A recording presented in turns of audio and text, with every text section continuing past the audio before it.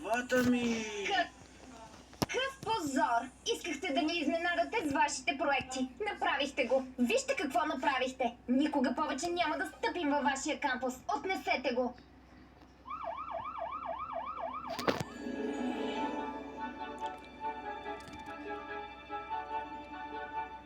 Амина, ще има ли тренировка днес? Разбира се.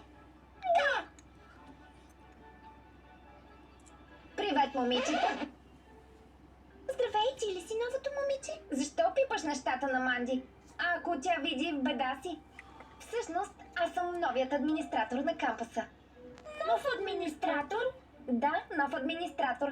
Казвам се Симона. Къде учите Манди? Манди вече няма да учи в колежа. Сега аз ще отговарям за вашата дисциплина и ще ви помагам. О, между другото, близалки, за добре дошла.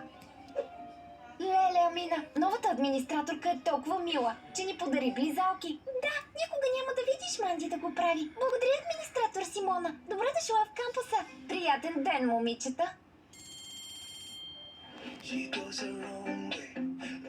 Защо си тук, Пънка? Това не е твоето място. Сега е така. Камия, тя е зъбър. Всички зъбъри стоят на първия чин. Ей, така, так, нека го направим отново. Ако търсите победа, няма да я получите. Защото ние сме толкова готини. И ние ще спечелим. Ау, ау, ау, ау!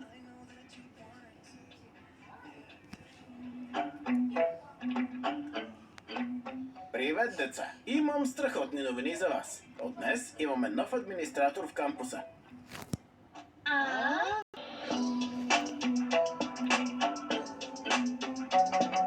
Здравейте на всички. Казвам се Симона. Сигурна съм, че всички ще станем приятели. Учителю Тим, мога ли да попитам къде е нашият стар администратор Манди? Манди вече няма да е администратор. Тя не върши